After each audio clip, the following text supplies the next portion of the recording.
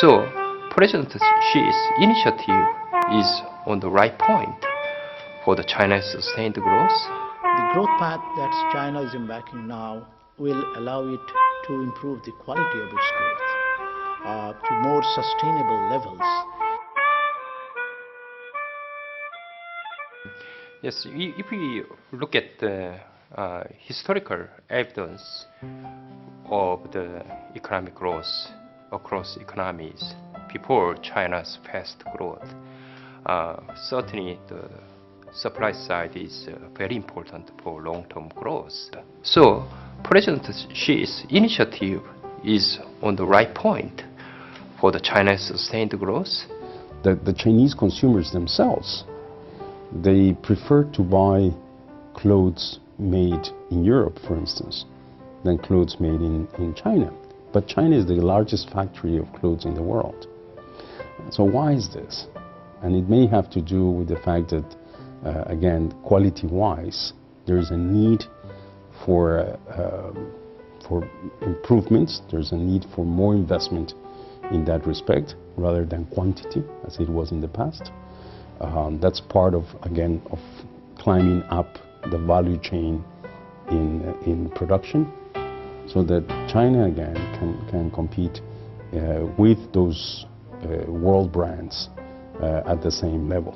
Looking through the 13th five-year plan, I think that there's some elements there that are directed, again, in that same to that objective. And so I'm also optimistic in that sense. I think that you said it, China has a very large market, a growing market.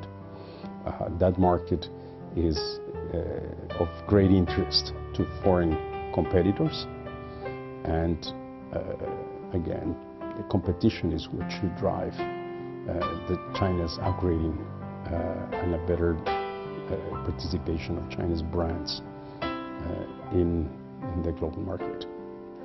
Now the thing is that Chinese growth had depended on exports, but the export markets in Western economies are slowing down, and therefore there's a rethink about whether this mix of these three drivers should be rebalanced.